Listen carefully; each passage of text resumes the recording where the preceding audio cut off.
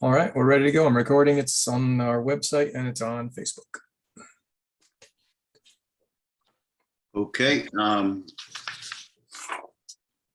Welcome to an organizational meeting of the Saratoga Springs Public Library Board of Trustees, to be followed by a regular meeting. The date is July 11th, 2022. The first order of business is the oath of office for Jean Fay and Nancy Luther, our newly elected trustees. But I believe those have been executed. They have been, yes. Yes. Welcome, Nancy Luther, to your Thank first you. meeting. Okay, and then the next is the election of officers. Under our bylaws, we have a position of president, vice president, and secretary. I'm ineligible to be president because of a term limit of serving 3 consecutive years. So if anyone has any nominations for president, please put them forward. I have a nomination myself. I would nominate Katie Capelli to be president. Second that. Is there any discussion? Is any other comments? That being so, there's a motion to approve Katie Capelli as the next president of the board. All in favor? Aye. Aye. Any opposed? Katie is the president of the board. The next position to fill is the vice presidency. I don't know if anybody has any nominations. I do myself. I was going to nominate Heather Crocker to be vice president of the board in the coming year. I second that, Terry. Thanks, Terry. Is there anyone else comments? Okay, then there's a motion to appoint Heather Crocker as vice president. All in favor? Aye. Aye. Any opposed? Aye. Okay, that motion carries. And last but not least is the secretary position. Again, I'm open to hearing any nominations for that. I myself was going to nominate Mr. Terry Diggory for that position. Does anybody second that? This is Katie. I'll second. Oh, looks like Jean got there before. I will say. Okay, so there's a motion to appoint Terry Diggory. Is there any discussion? Any further discussion? Okay, all in favor of Terry as taking over as secretary, say aye. Aye. Aye. Any opposed? Okay, Terry is the new secretary. Congratulations to you three. Annual trustee code of ethics and conflict of interest policy attestation and statement. So everyone has a copy of that. I think you just need to read it over and sign it and return it to Ike. Yes, please. Okay. Yep. Do you, Ike, can you take if we sign it and just PDF it, is that okay? Yeah, that'll work. If you have that capability, if you want to scan it and email it, that'll work. Okay, and then the last piece of the organizational meeting is the meeting and holiday schedule for the fiscal year 2022 to 23. This is Katie. There's one thing I noticed on the calendar, Yes. which is, and it may only affect Heather and I, but the April meeting is the school vacation week. The regular meeting or the, Yeah. The okay, regular April 10th is, so the vacation begins that Friday before with that Easter weekend and then that whole week. all right. Well, and this may be what, so that April 10th is the regular second Monday schedule that we've typically done. And April is a little bit of an anomaly again this year because we try to schedule the budget hearing during National Library Week, which used to be always the second week of the year, and now it's a moving target because it changes with Easter and Passover, so as not to conflict with those two things. And I think probably the school calendar does the same thing. Those vacation times may now change to avoid those celebrations. I think sometimes when Easter's in March, obviously not, but when it's around that April time, it seems like it can. Right. And so So I didn't know if it's possible to move it to the 17th. to the 17th. Or I guess we could go the week before earlier. It looks like. Yeah, earlier is hard because it doesn't leave us much time to gather, because this is the one time of the month that we pay our bills. So Right. if we push it too early in the month, then we wind up being, having a meeting before most of the bills arrive. So I think it's easier to push it back than it is to move it up. Does anybody else have an issue with changing it to April 17th? Do you know offhand, Katie? And I don't, I should know, but whether that is a conflict with Passover, and if that matters to the people here. Let me see if I can look that up fast. It's not. It's not, okay. Don't think so. We're looking at the 17th. Correct, yep. Passover begins on April 5th, Wednesday the 5th, and ends on the 13th. And so it's over before then, right? Because I know that for some staff members, that might be an issue, but if there's not a conflict, I don't see a problem with a change. Do you have a preference about it, Heather? I just can't predict right now what I would or wouldn't be doing. I don't know about you. Yeah, and I can't either. I know there's only one kid left in my house to Right. believe the same thing. Right. Well, is it something we would want to revisit maybe next year? That's fine with me. Is it easier for you, Ike, if we change it now, or? I think it's easier if we change it now. And I say that only because there is already competition for meeting room spaces and Wow.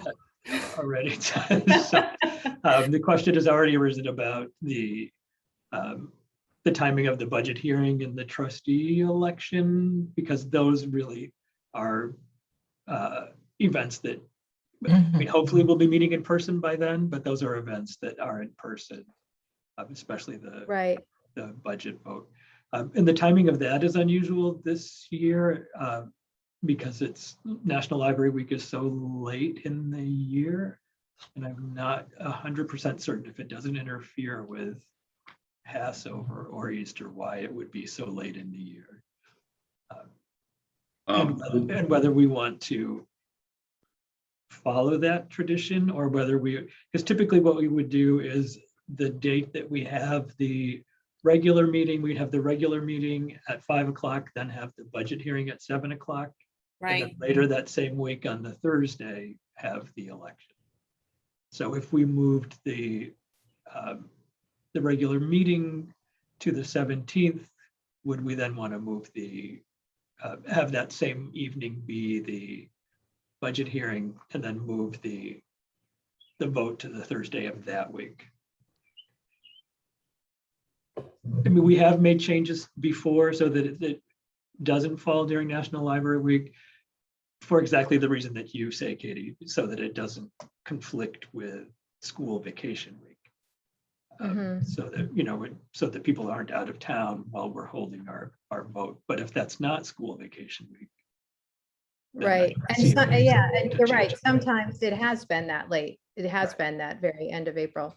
So I'm comfortable with either of those. I'm comfortable with moving it to the 17th and doing our budget hearing later that evening the way we do and changing the vote, even though it doesn't coincide with library week, or having the meetings, having those things 2 weeks apart. One the 17th and one the 24th. right. What about, and it wouldn't affect like, would it affect like the check approval and stuff? No, the 17th is probably okay. I mean, it's a little bit later than a usual meeting, but it's still mid-month, and that actually, it's probably good timing since it gives us a few extra days, because we're always scrambling, with this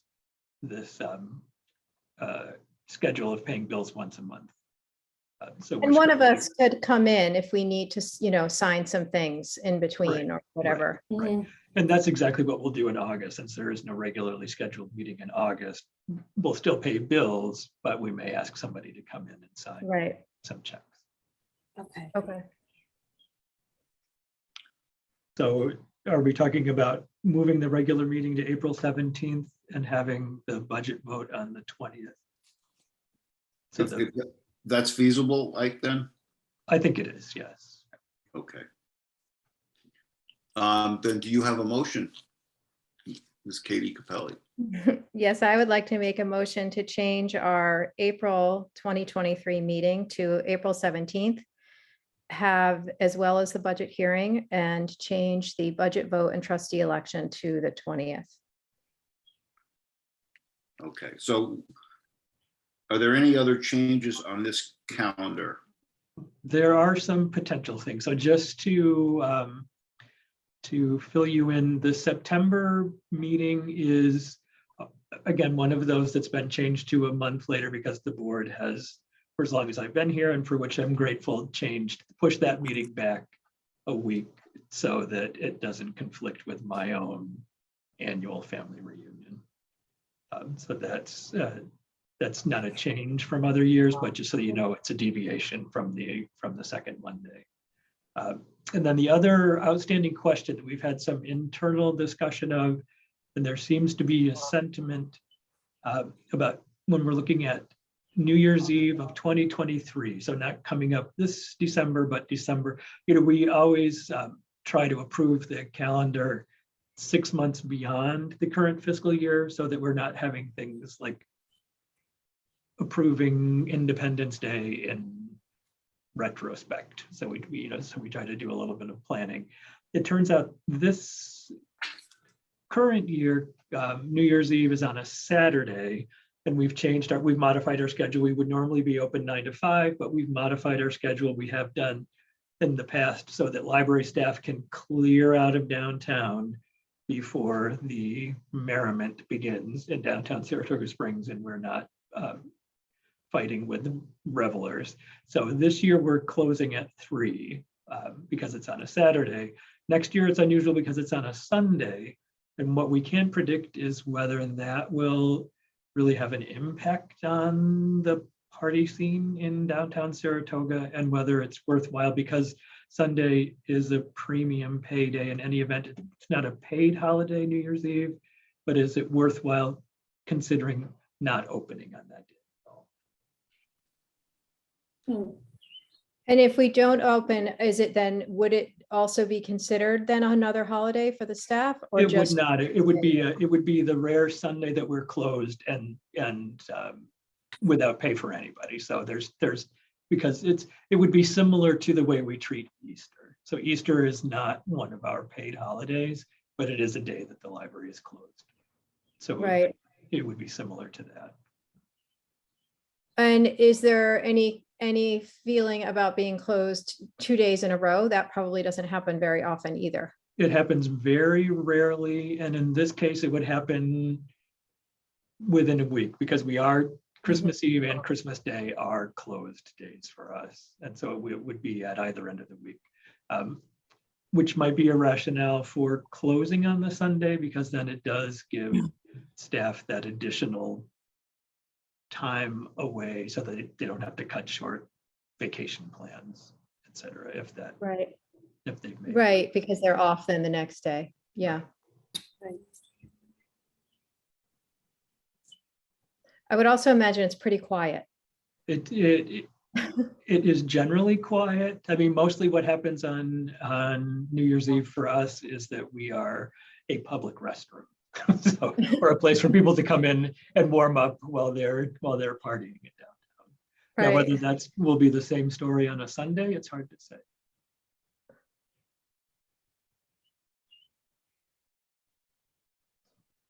So you're suggesting we just close on that, on the, Yeah, I think that seems to be the prevailing opinion from among staff. this is 2020, December 31st, 2023. 2023, right? So a year and a half from now. Okay. I'm okay with that. Does anybody else have an opinion one way or the other?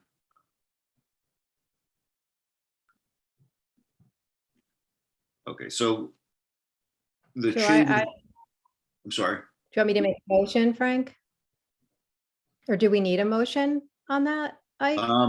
Well, I guess, yeah, so you made a motion, I guess you want to include, maybe you want to make that motion and include in it the December 31st, 2023 change to this calendar. Because it is a deviation from our regular I schedule. mean, I can make this motion, I think. Okay. As Katie said before, we would approve, the motion is to approve this calendar, but with the change that the regular board meeting in April of 2023 would be on April 17th, 2023. And also the budget hearing would also be on April 17th, 2023. And the other change would be that the library would be closed on Sunday, December 31st, 2023. What about the And the budget vote would be on budget vote? Yeah. Oh, I'm sorry, the budget vote would be when? April The 20th. 20th. For the 20th. I'm sorry. Thanks, Terry. And the budget vote would be April 20th. Those changed 417, 420. Yeah. So that's my motion to make those changes and then accept this calendar. With those. Second that motion, Terry. Any further discussion on this? Okay. With that said, all in favor of the motion, say aye. Aye. Aye. Anybody opposed? Okay, so that calendar is approved with those changes.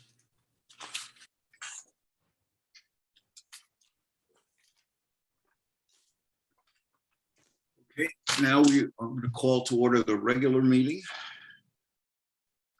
The first order of business is the approval of the June minutes. My understanding is that the minutes that we have, that were incorporated Terry's suggested changes, right? That is correct. And the changes, just so you know, there was an error in the check number under approval of expenditures. That's been corrected. The first number was originally 70044 in the minutes, and it was actually 2. And then the other was a grammatical correction under responses to our job posting response to our job posting has been minimal. There was a subject verb disagreement there that got corrected.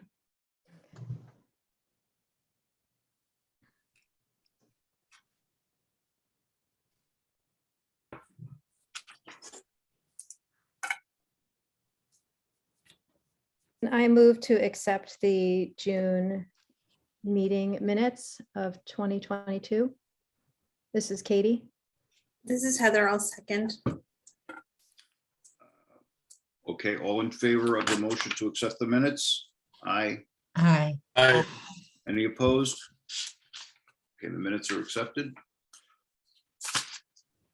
Okay, now we're approval of expenditures. You have reallocation requests.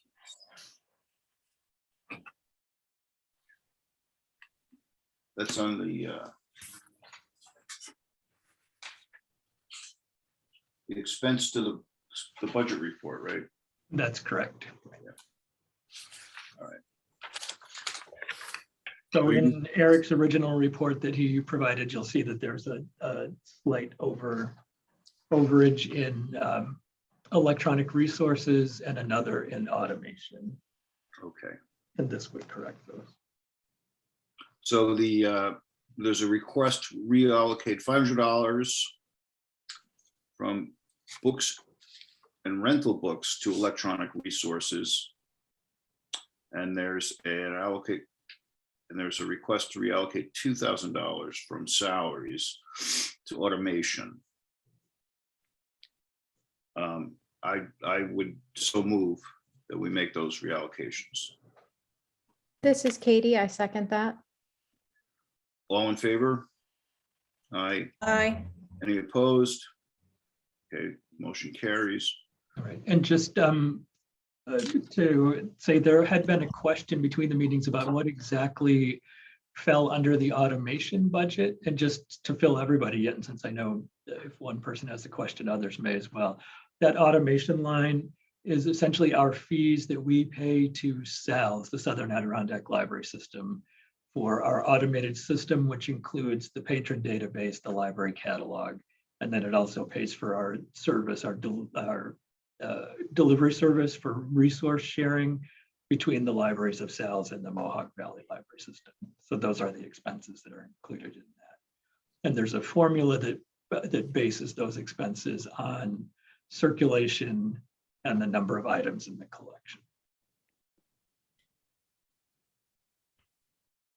Frank, are we dealing with the budget report at this point?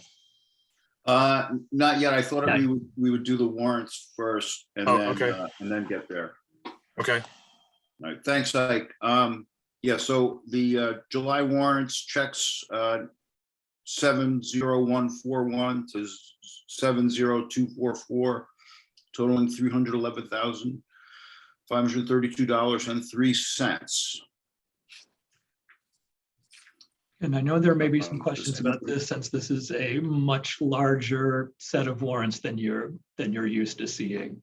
And the big difference here, which I think is actually great news, is that there's a rather large expense here to DeJesury Mechanical for $135,000. And that is to pay for the HVAC equipment that will be installed, we hope, within fairly short order. So that had been stalled for a very long time, but that equipment has been received by the contractors, and so that big expense is what makes this month's total expenditures look very large comparatively. Well, that's good news then.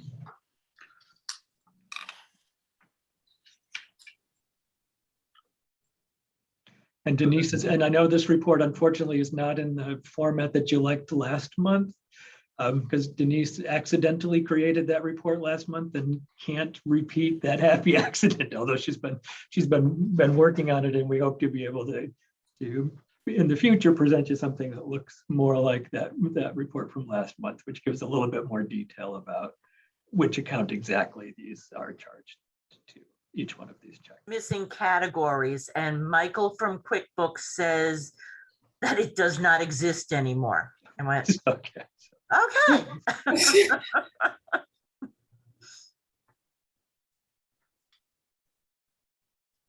Does anyone have any particular question about any of the expenses?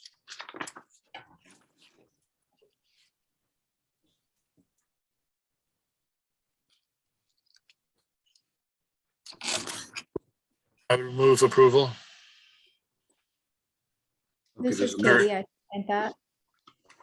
okay, the motion to approve the July warrants. All in favor? Aye. Aye. Any opposed? Motion carries. Next, we move to the budget report.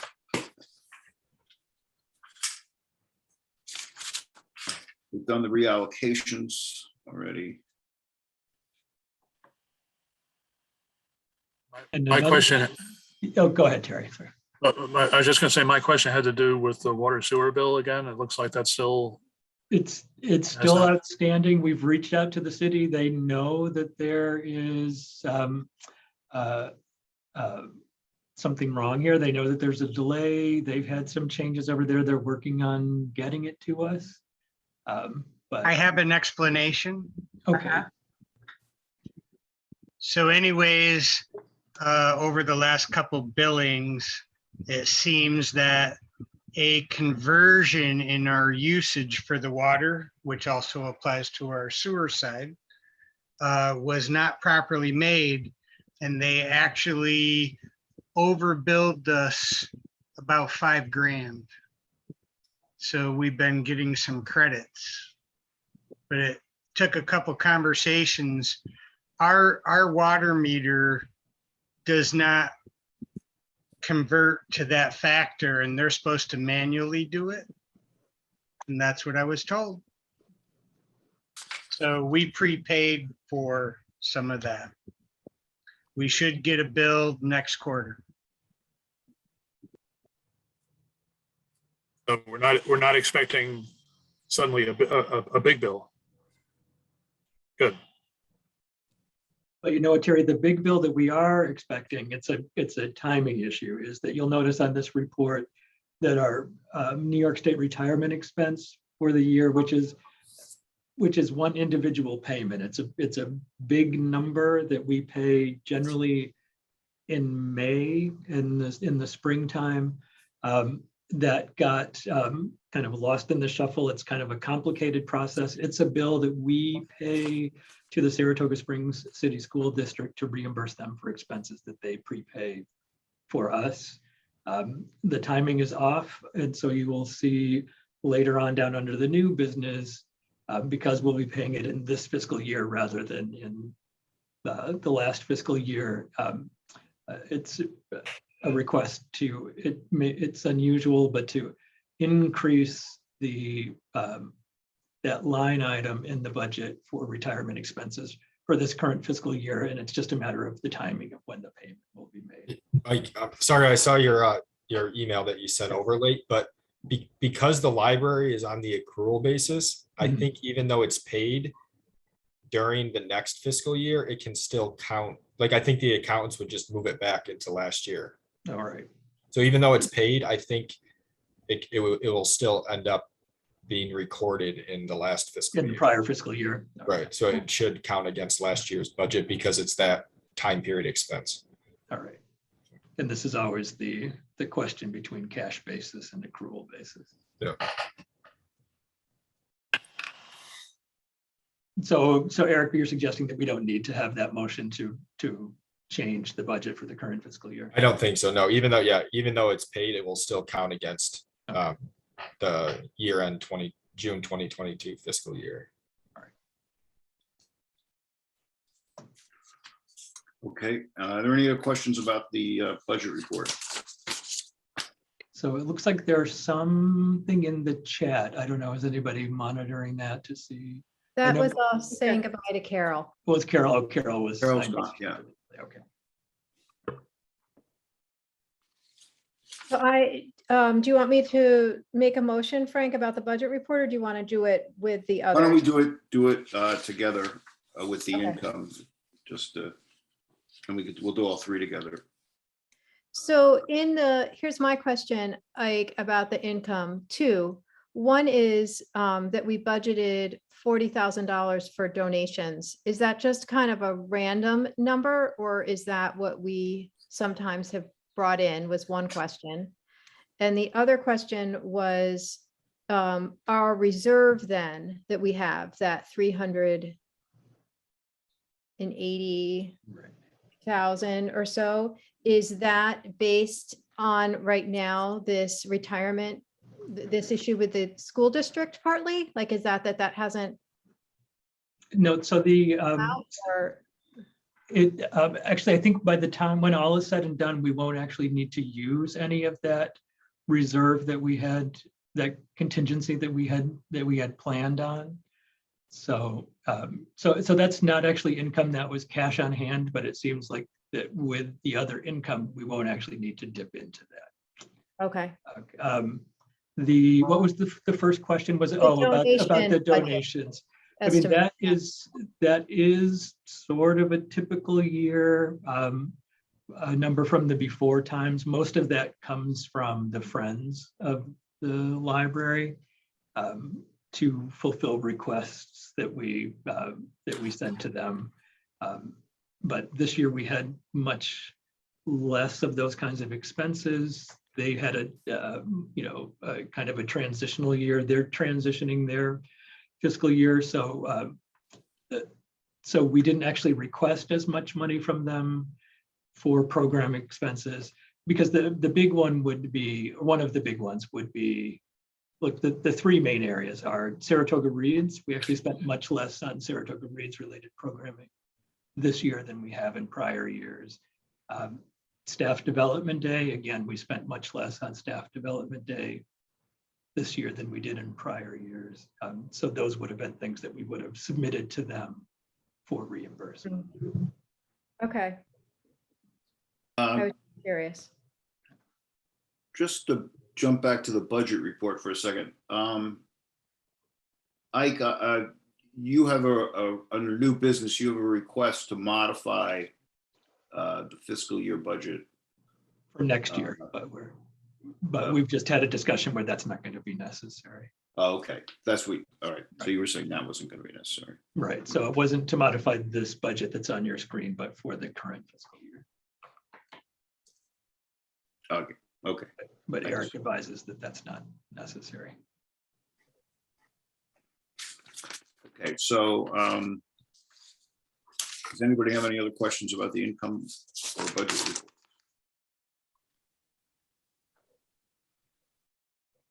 If not, then I'll make a motion that we approve the July warrant summary sheet, the budget report, and the income report. I'll second that. This is Heather. All in favor? Aye. Aye. Okay, the reports were adopted. Next is the president's report. This is the last meeting I'm going to preside over as president. I just want to thank everybody. I want to thank Ike and all the other board members and the staff for helping me and supporting me during my tenure. It's been a learning experience. I just wanted to thank everybody. Thank you. Frank. Thank you. Yeah, thanks to you, Frank. Do we have any public comment? We do not.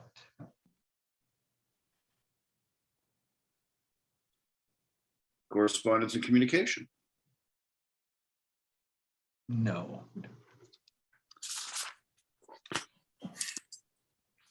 Okay.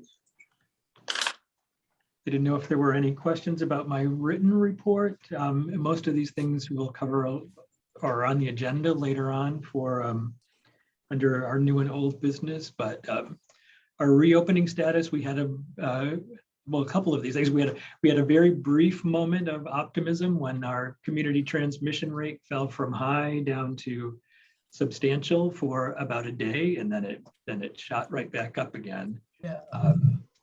The other thing and so we're following that closely, because that was the measure that we were going to use when that came down to moderate for 10 consecutive days, when we would look at expanding meeting room capacity and some program capacity, including the treehouse room.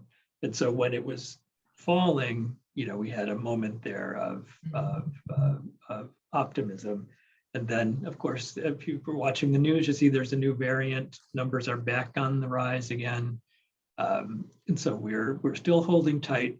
And we will be looking at whether we want to continue to follow that community transmission as our guidance, or whether there will be some new set of metrics, particularly now that the other big news is that since we created that or decided to use that as our guidance, young people over the age of 6 months old have now become eligible for vaccines.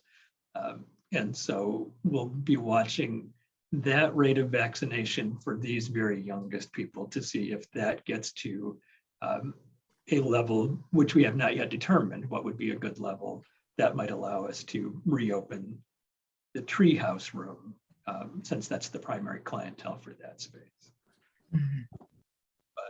But for now, we're watching them, all of these data very carefully, and then it's becoming a little bit trickier to monitor the data since they're being released less frequently. So just over the course of the last few weeks, the CDC has decided that they would not release new data on the weekend about transmission rates and things. And so, so we might lose a few days if we're trying to track consecutive days of what numbers are. And the community level has been for a while now, gets updated once a week. And the other data that we've been following used to be daily and now will be daily Monday through Friday and not on the weekends. So what we may have to do is go back to the drawing board to see if there's another, another set of data or another way that we want to be using those data as we're making our decisions going forward. It's a little scary because it sounds like there's a couple of new variants out there that are, increasing the rates in the city. Yeah. And Yeah, we're- it does make decision making a little bit difficult. And I don't know if I've said it explicitly, but I may have alluded to it in my report that we've had a fair number of staff become ill since we last met. And so, thankfully nobody's been seriously ill and from COVID in a way that incapacitates them entirely, but we have had people who have become infected and not been able to work from home because they're not well enough to work. And so each time that happens, that has a negative impact on our staffing situation and our ability to operate as fully as we would like to. It also seems that just trying to work with the data seems so complicated right now when so many more people are testing at home and that's not Right. submitted to public health. And Right. so it's all kind of this random, not super accurate information other than hospitalization rates, I guess. Right. And there is, and if you walk around, you'll see a lot of people now behaving in a way that they were prior to the pandemic. So, there's a lot of fatigue and people are tired of the precautions. And so trying to factor in that precaution fatigue along with maintaining the safety of our visitors and our workers as it always has been, it's a tough balancing act. Thanks, Ike. You're welcome. But in good news, I shared already that we did learn that like within a day after they told us that the mechanical equipment was not going to be available for the foreseeable future, it showed up. So they tell us that Rick had a walkthrough with the contractors, and it seems as if their wishes are to start the project on a Monday. They didn't start it today, so our hope might be that they could get going as soon as next week. But at this point, it's hard to say whether that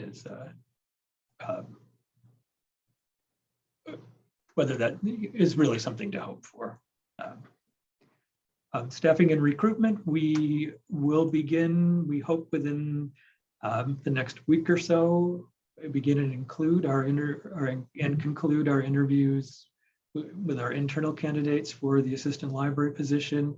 We are recruiting and going to be doing some other interviews for some internal positions because I have on my agenda down here staffing news. We do have confirmed news now that we can share that 2 of our longtime staff members will be retiring very likely in September. So Janine Jeter, who is our outreach services coordinator, who does our homebound visits, will be retiring in mid-September. And we'll start interviewing for a person to fill that role within the next week or so.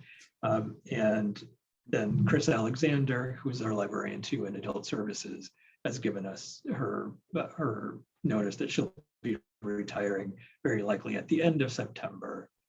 from full-time work. And so there's a promotional list from civil service of candidates for that position. So we'll begin doing interviews for that soon. And our hope is to complete the interview process before Kelly goes out on her family leave. And that might give us a little bit of overlap between the current tenure of these two folks who are retiring and the people coming into the position. But we think that's okay. We think that overlap is a good thing. Our hope, it's a lot to try to squeeze in before Kelly will be leaving temporarily in September. That's a lot to fill. It's a lot. And Kelly really has been, she hit the ground running. It's been going nonstop since she got here.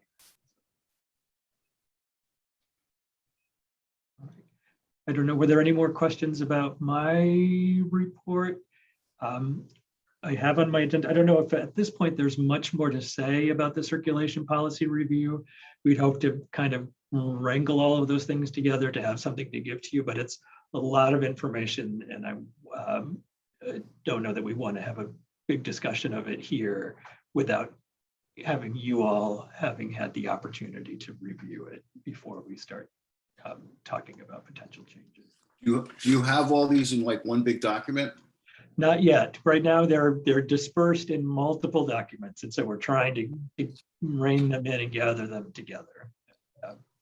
So the big things that are barriers to service, we think, are policies around potentially around who's considered a resident and what kind of services residents get. We have a class of library card for temporary cards, which for now are people that we know are in town temporarily or are in temporary residences like shelters and transitional housing, backstretch workers that we know are here only seasonally, but we're looking at potentially eliminating the distinctions between people, between these people and then the rest of the resident community. So we're trying to figure out a way that we could do that. And then the other tricky part is serving children, our very youngest patrons, when they show up at the library without their legal guardians. If they show up with a nanny or a grandparent or somebody who is not their parent or legal guardian, how do we serve them in terms of letting them leave the library with things to take home? So those are the two big challenges that we have, that we're looking at, ways that we can revamp the policies and procedures or rewrite them or re-examine the necessity of having some of these limitations at all. Thank you for engaging in that.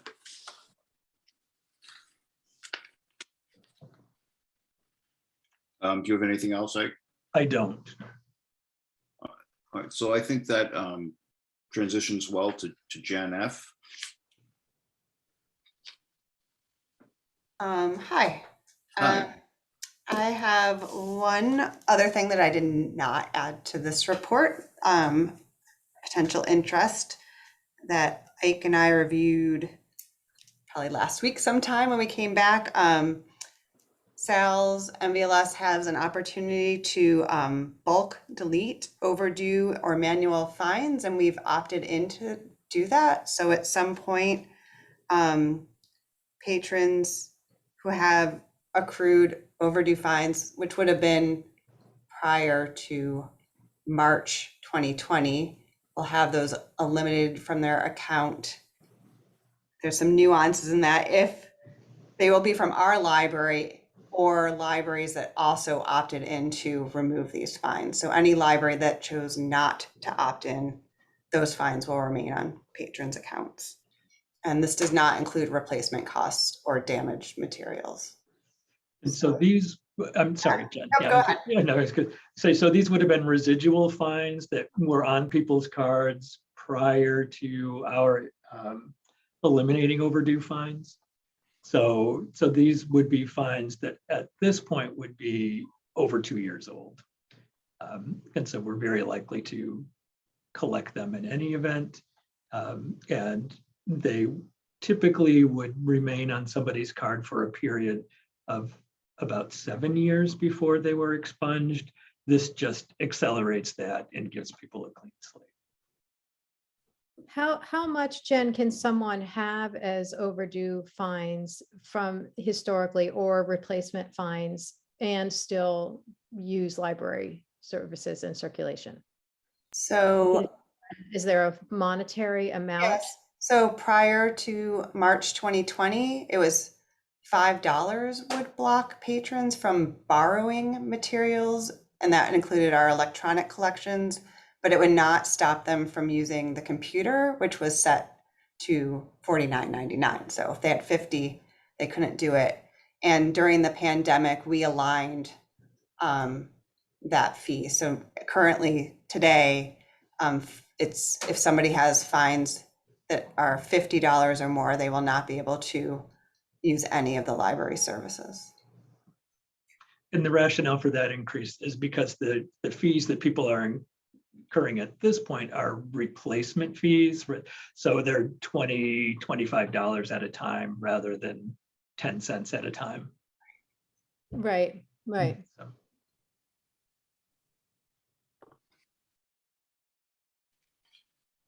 And Jen, I had another question in your report about the backstretch employees. Do they have a physical address? Like when you were then detailing those pieces below, but I didn't know whether or not they're given a physical address at where they are.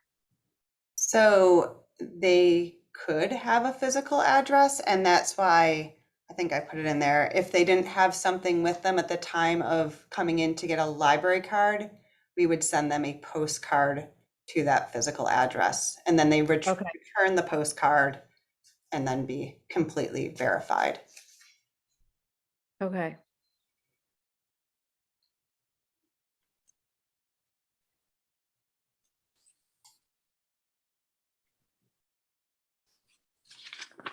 Any other questions?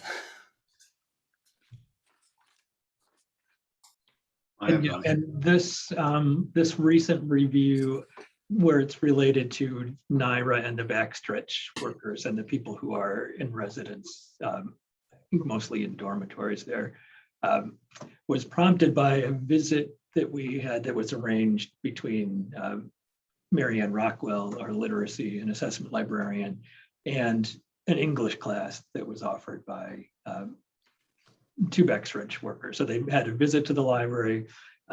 They got a tour of the resources. Their main interest really is in using the electronic resources rather than checking out the physical materials. And so this gives them access, but it also gives them an introduction to the other resources that they might have at their disposal. And it was a whole lot of fun actually to be here when this group of people came in, and just to watch the realization on their faces that we weren't charging them for anything, that we were giving them access to these resources without expecting them to pay for them. And even just the notion that they were getting a card to take with them. Many of them, there's a point in the process where they have to put their signature on the card. So they were signing it and giving it back to the clerk behind the circulation desk. And we were having to explain, no, that's yours to keep and use. You'll need access to that number, especially for the electronic.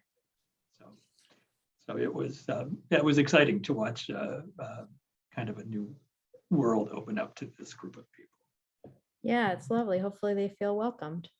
Yeah, I mean, they're here, what, 2 or 3 months of the year at least, probably, right? Many of them longer for 9-10 months of the year. So they're here.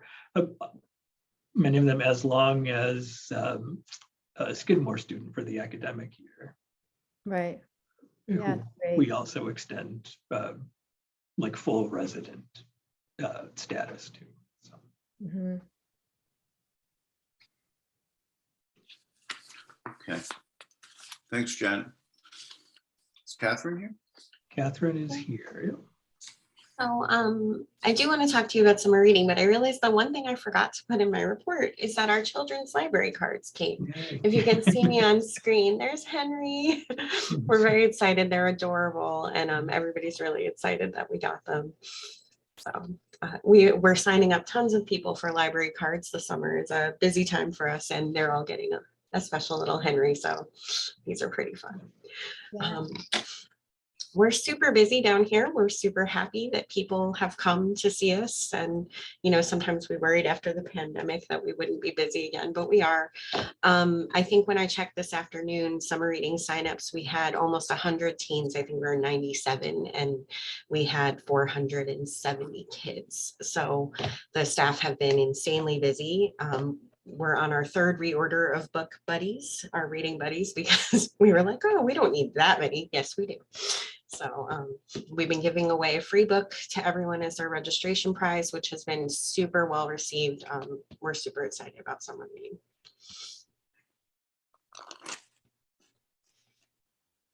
I don't know about you, but I get super excited about summer reading still.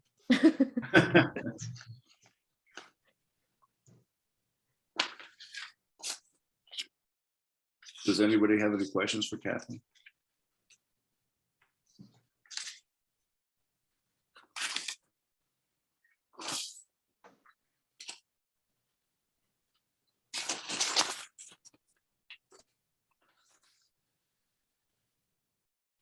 This is Jeno's report. Yes.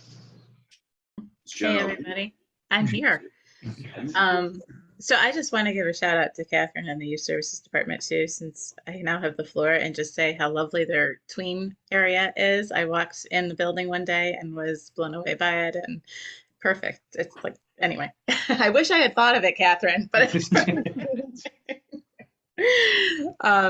so I don't have a whole lot to report. Our summer reading program seems to be going pretty well too for the adults. We've had a lot of families engaged in our scavenger hunt this year, so it's been nice to see the building used on all three levels like that. We actually ran out of Stewart's coupons, and I think the toy chest is getting a little low, so we're going to order some smelly pencils to give out instead, so so we can give the kids something. But they've really been enjoying that. And again, it's nice to see that it is a family activity throughout the building.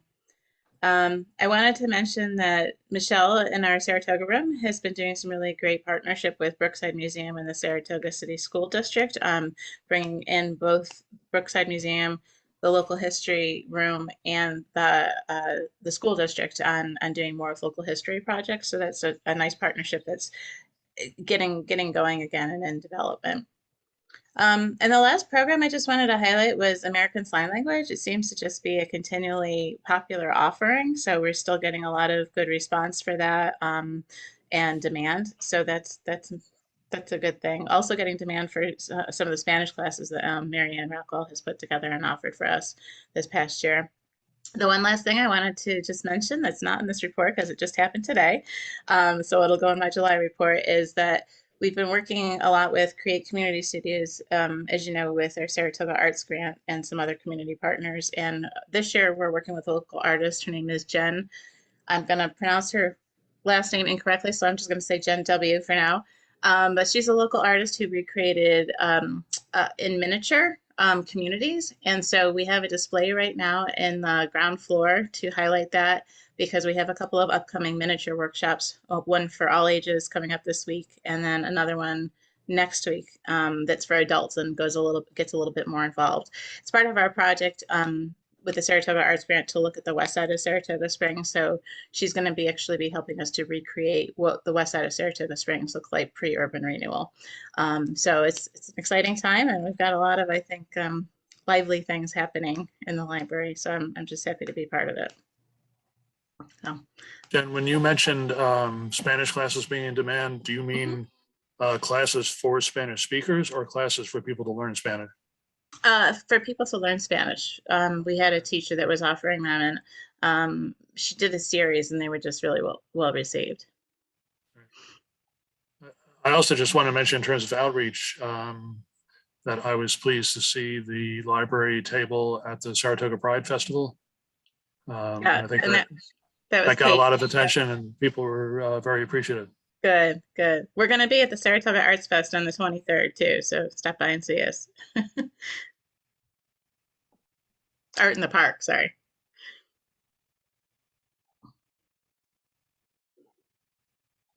Okay, thanks, Jen. Thank you. Rick?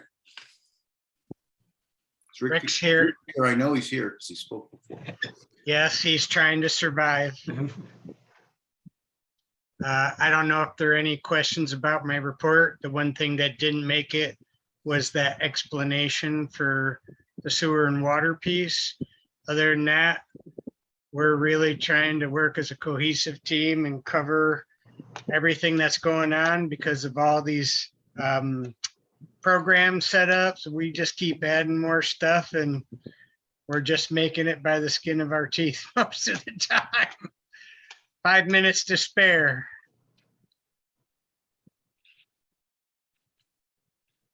You Is got that enough- something, are you fully staffed, Rick?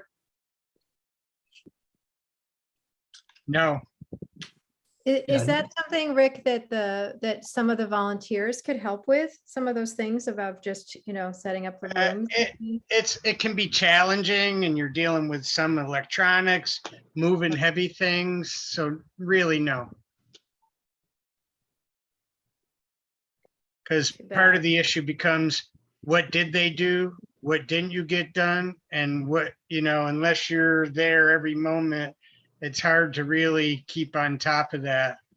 We literally are jumping from piece to piece. Today for a program, literally, we finished with 5 minutes to spare. I have to say, you got so many compliments for that, though. Everyone was so impressed. People were like, that was amazing. And we pulled everybody from everywhere just to make it happen. And the guys got the exhibit set up this morning too. So yeah, kudos to all of you guys. And they put up the hanging flower baskets in between all of that. So. It's because I know I'm going to be short staffed later in the week. I got to get everything done. And I'm going to be out on bereavement leave here for a number of days. So thank you. Thank you. And Kelly's not here, but the main things in her report are an appointment, a request to appoint for a building maintenance worker, which will help. He's already, I think, helping ease some of Rick's burden. And then the policies on time away from work. This was the vacation accrual policy that we discussed some time ago.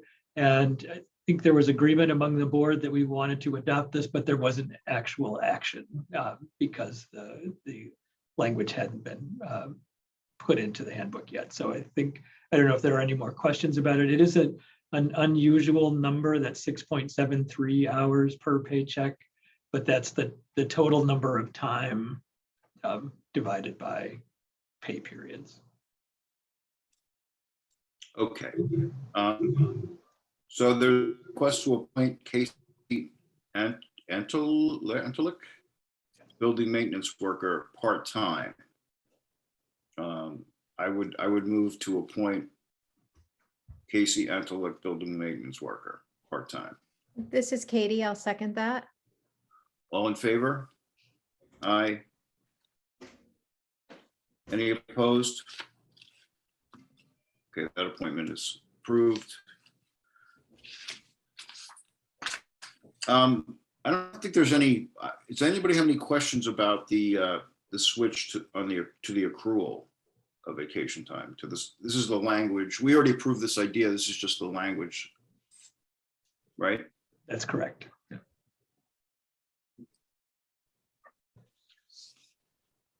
Has everyone had a chance to look at this? If so, I would entertain a motion to approve this. So moved, Terry. This is Katie. I'll second that motion. All in favor? Aye. Aye. Any opposed? Okay, that's approved, that change.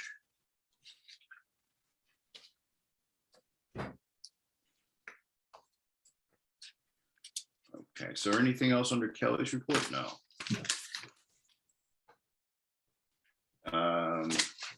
The next up is, we don't need to modify the budget. Right. And, We talked about staffing news. right. So I think we talked about everything except for the idea of the land acknowledgement that was put forward. And I'm assuming I made an assumption, but I'm not sure that it was the correct one. So if someone wants to expand on the notion that we would be looking at some kind of policy statement that says something to the effect of the Saratoga Springs Public Library acknowledges the peoples who inhabited this land before the library was here, and name them particularly. Jean, did you have any thoughts on that? Yeah, I mean, I think that it happens many different ways. Some people write a kind of a short sentence that just acknowledges those who cared for this land. And others recommend that you can name those tribes that were here. So I think, again, that's up to us, to decide those kinds of fine points. I do think that we have a wonderful Saratoga history collection, and I think it'd be appropriate for us to do it. But it can take almost any shape or form. It could be printed somewhere. We could use it at the beginning of some portion of it at the beginning of meetings or closing meetings.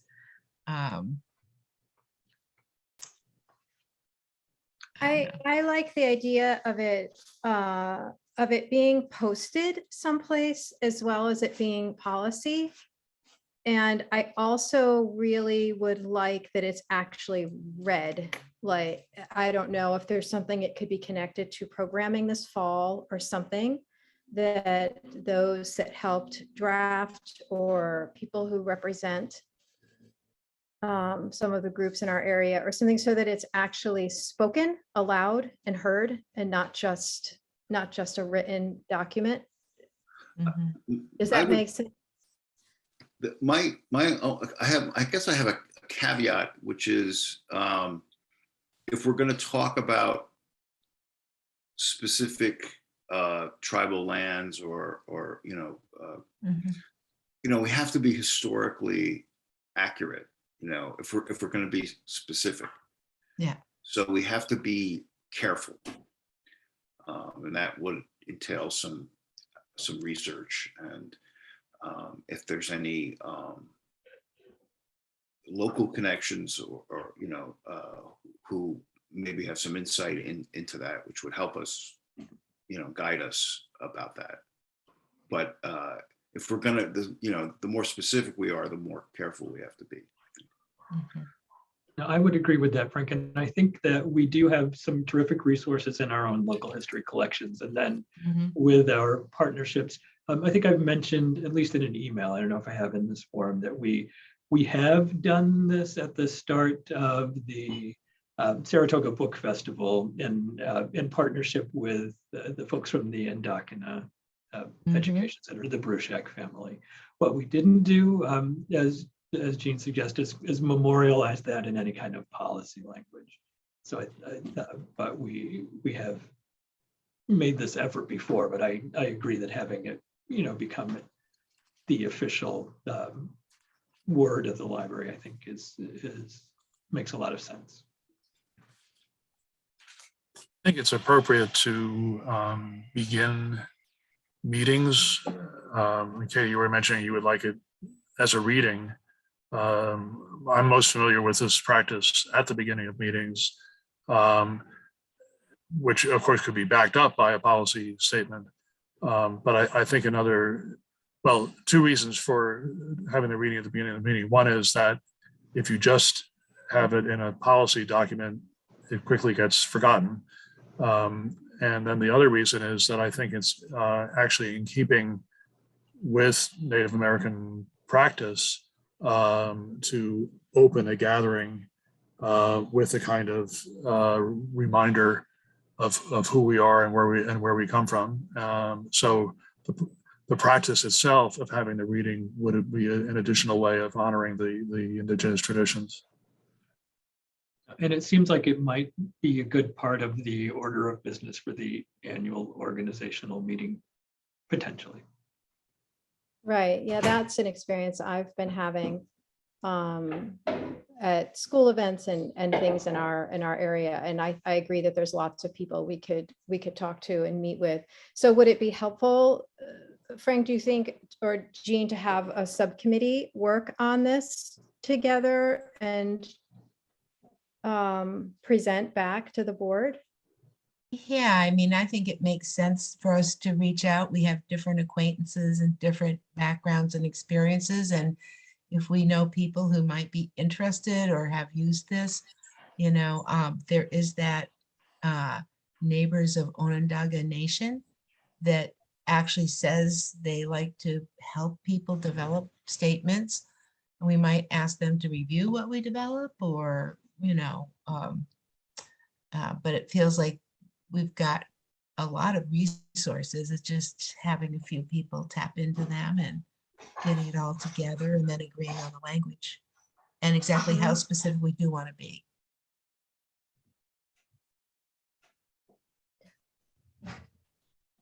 Well, I'm happy to be a part of that subcommittee. I don't know if others have feelings about that. Eugene, you would like to do that too? Yes, I would like to be on that committee too.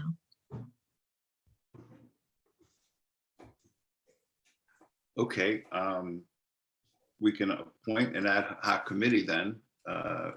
In my last act, I'll appoint an ad hoc committee to consider the land acknowledgement proposal. Katie Capelli and Jean Fay. Thank you. Thank you. Okay, do we have any executive session matters? Just one small thing. Okay. Well, then that concludes our regular meeting agenda. We will adjourn into an executive session. Have a good summer, everybody. All right. Thanks for everything you're doing.